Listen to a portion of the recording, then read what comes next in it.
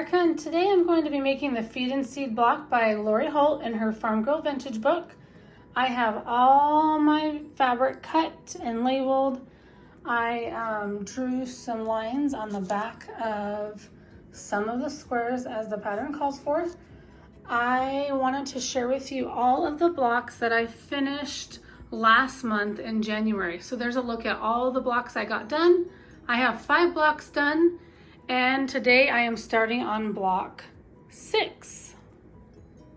So here's my setup today. A little look behind the scenes if you want to see. I have my tin here with my 9 patches, which will be my leaders and my enders. I have my scissors there. These were gifted to me by my mom. She's a quilter as well. I'm trying to see the brand. I'm just going to hold them up here. So she just got these on Amazon for me. I've had them for a couple years. They're my favorite scissors. You can see how small they are. I use them as thread cutters or just my, people call them thread nippers or whatnot. I don't have those, but I use these as my everyday scissors for quilting when I'm trimming my threads. So I just keep those at my machine. So I have this thread bin or thread catcher. It's just one of those collapsible ones. My mom made this for me years ago. She put a little tag on here. I'm trying to do this one-handed. And it just says, let's see if it focuses, P.S. I love you. It has an elastic there on the bottom because you can crunch it down and fasten it together. I have this bag here. I just keep all of my sewing things in there, like my scissors. I have this bobbin box with some bobbins that are wound. I keep my seam ripper. I know I say a lot. I'm really noticing that. But anyway, I keep my seam ripper in this box all the time. I just do because on my Juki machine, I don't have a drawer or anything underneath to put a seam ripper. And then these are my finished 9 patch blocks. And I'll keep sewing. If you're wondering about the top of my machine, this is the thread I'm using. I bought this from somebody on Facebook Marketplace. They were selling thread. It was the wrong color, not what they wanted. It does have like a kind of a purplish hue to it, but I feel like with my background fabric, my white background fabric, it's not as noticeable. You can see this spool here is almost running out. This cord here does, let's see if I can find that for you. Here's the end of it. So it just needs a USB plug-in, but it is for, let's see if I can show you under here. So it is for this light strip that is right here. And I use that sometimes when I am free motion quilting, and I turn it on for free motion quilting if I'm doing quilting at night or I'm having a hard time seeing, but honestly, I don't use it a ton. I will say it does help a ton. I also want to point out that a lot of times people think this light looks fluorescent. This is just my normal sewing machine light. I have not done anything to alter that. And here's the rest of my setup. So I just have my kitchen chair here. I'm in my kitchen. I have all of my pattern pieces laid out, my patterns there. And then over here in these chairs, I just have my box. There's the blocks I finished. Here's my list of all the blocks I want to make. And here are all the blocks I've made. And then here's the ones I've emptied and I have made. And then underneath there, that's just my sewing machine cover. So as I finish making a block, I can go and put the empty paper into the box, and then I can stack up the quilt block with my other quilt blocks. So that is my setup for today. And I'm just going to be recording here, and hopefully it all works out well. And you guys can view and see everything. And I'm not constantly getting up and down and blocking the camera. And then to the left over there is my ironing board and my iron. So I'll get up and press things as I go and make this quilt block. So I do have this zoomed in, and I want it to be zoomed in because I want everyone to be able to see what's going on. So I am working on the Feed and Seed block today. And here we go. It says to take pieces A and I.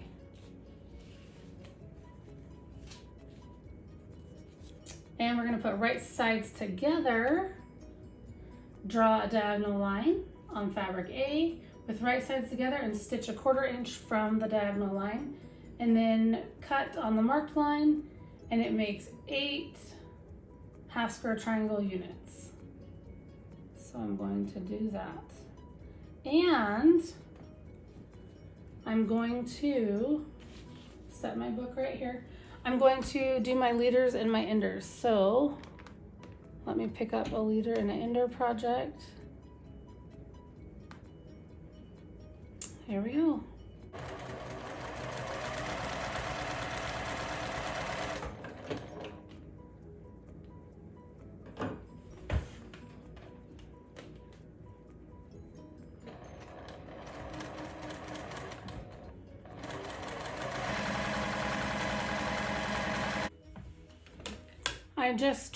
I just cut all these in half to make the 8 half square triangles. I trimmed them up, and I wanted to share that I use this Quilt in a Day ruler, and I use this for squaring up my half square triangles. So I've shared this in the past, but I wanted to share it again. You can kind of see the writing right there, Quilt in a Day, and I really like it. So what you do is you trim your, well, you don't trim your half square triangles, sorry, but you have it cut in half, right?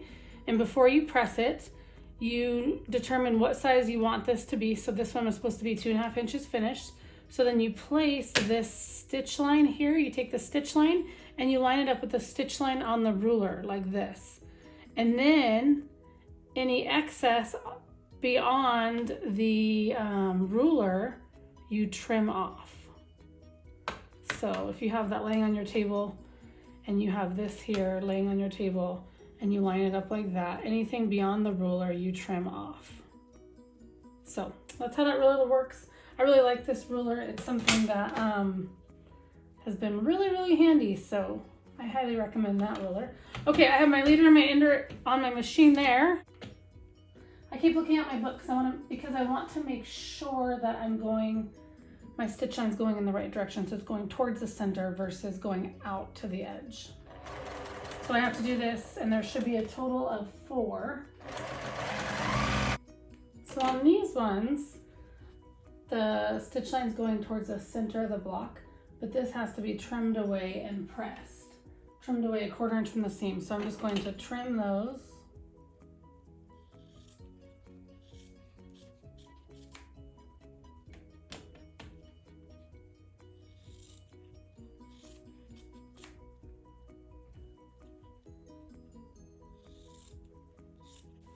These are pressed. Now I need to attach another one to the opposite corner, and it's going to be sewn towards this one on the diagonal.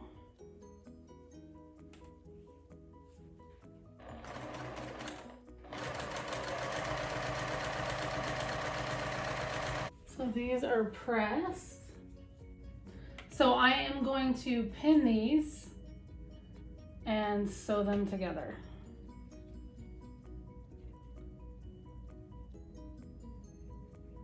You know, I might not pin them, I might just sew them.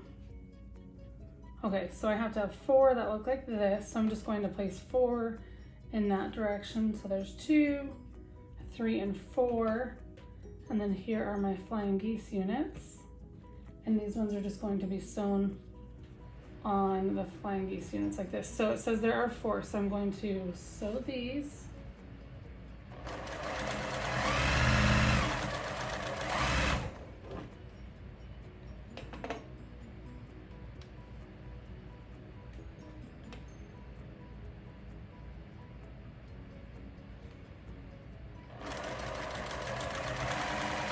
So I just got these done. I'm supposed to look like this.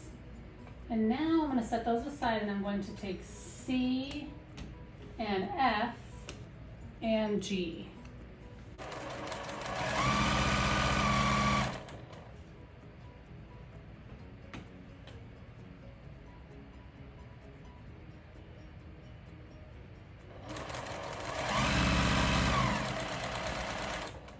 So I'm just chain piecing these, and then I will add the 3rd block to each. So I'm making a 9 patch right now. So I don't know if you've ever done this like webbing thing. So see how this blocks all together? Because the way I sewed it, the threads are still attached. So now it's my 9 patch. I'm just going to fold these over, and I'm just going to press these fabrics to the dark side, and this one to press them in opposite directions like that, so they nest together. And then I'm just going to pin it and do the same thing to these blocks or these squares here. And then when I put them through the machine, everything will be lined up. And then I'll do one row, attach the first 2 rows together, and then I'll come back and do the second 2 rows. I'm not going to pin them all at once because I think the pins will get in my way. But what I like to do is I like to pin it like that. Then I like to open it and see if my points are lined up here, and they are. So I like how that looks. So I'm just going to sew it up. Okay, so I have this block done. And now I'm just going to put some things together. So take this one and I'm going to take D and E. So here's D and E, it's these 2 strips here. And, excuse me, it says to sew E to the sides first, and then I'm going to go back and add the top and the bottom. But first I need to add my leaders and my enders so that I can start my project. So let me do that.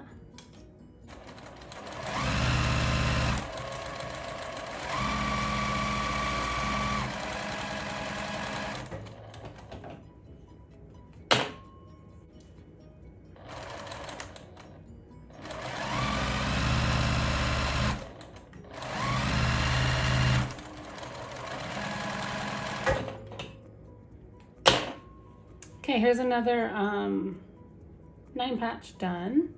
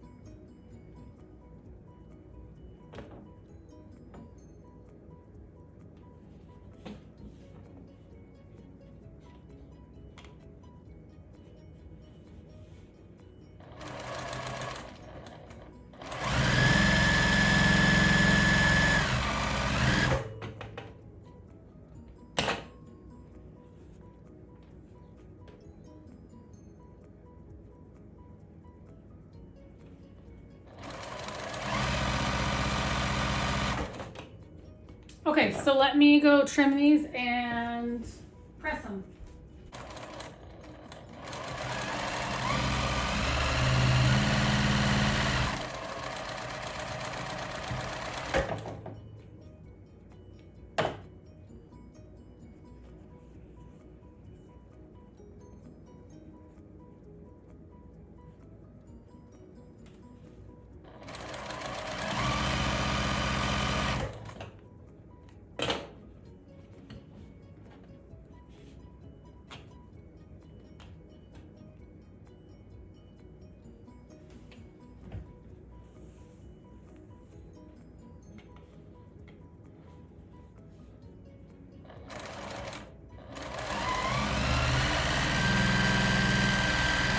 Okay, so I just finished another 9 patch using my 2.5 inch squares. And I'm just gonna press all these at the very end. So I had to seam rip this. This point here was like kept being covered. So I just need to press that really well with an iron. But I will tell you, I had to seam rip that 2 different times and re-sew it. So I sewed it 3 times, and I'm just gonna press it really fast with an iron. I'll be right back. So I just pressed that really well. I think that looks a lot better. I'm happy with that. So this was that step. Now I'm on the last step. I just have to assemble the entire block. So I'm going to speed that up, and then I'll show you at the very end once I finish assembling the block. Here is my feed and seed block all done. And I really do love this block and how it turned out. Thanks for watching, you guys. I'll see you next time. Bye. Okay, so here at the end, I just wanted to share something with you guys. I mentioned in one of my previous videos that I have entered Lori Holt quilts into the fair.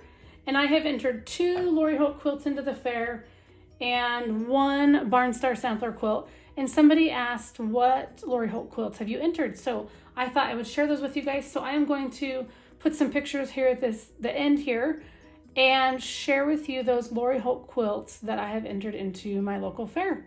And then last year I entered the Barnstar sampler quilt that I did videos for here on YouTube. So I have entered a total of 3 quilts, and I hope to enter another quilt this year.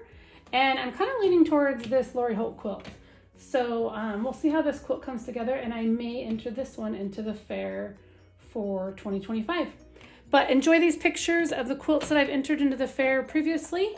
And I hope you guys have a good day, and I will catch you next time. Thanks so much for watching. See ya.